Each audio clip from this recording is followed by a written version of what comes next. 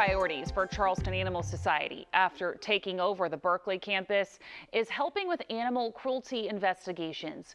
Recently, they rescued 35 dogs from a Goose Creek property. The dogs are now being cared for by the shelter. There's a temporary custody hearing Friday, and the society must be granted permanent custody before those dogs can be adopted. Webb Wright spoke with CAS today and has an update on how the animals are doing. Webb?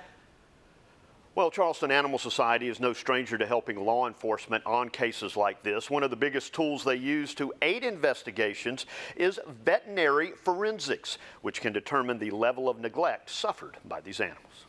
They're in a much better location now with us than what they were living in. This is where these happy pups are now, getting proper care and treatment. But that wasn't always the case for these dogs, as you see here in this footage from the rescue on July 2nd, but they won't be able to be adopted out right away. Temporary custody hearing is coming up on Friday. That's only temporary custody. We don't even know whether they will be permanently turned over to the Animal Society or if they may be returned to the defendant.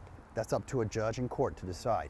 CAS plays a key role in these investigations. We have some of the most qualified animal cruelty investigative staff along with animal cruelty veterinary forensic staff here at the Animal Society. And so a number of law enforcement agencies across the entire state have utilized us. Veterinary forensics can help determine the level of abuse. Veterinary forensics is complicated, clearly because the animals cannot speak to us, the animals cannot be interviewed, and that's why you need a veterinary team that is experienced and qualified in animal cruelty situations. Many times it's a determination between owners that love the animals but get overwhelmed and those that seek to harm the animals. We come across hoarding situations where an individual basically has animals but doesn't have the appropriate resources to provide adequate care to those animals. Not providing adequate care begins to violate state statute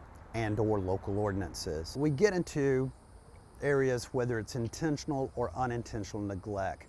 And many times the veterinary forensics aspect of this can help law enforcement and solicitors that these are cases of intentional cruelty. And CAS tells us the best way you can help these previously neglected animals is to adopt those that are already available at the campus so they can make room for these rescues. Working for you, Webb Wright, News 4.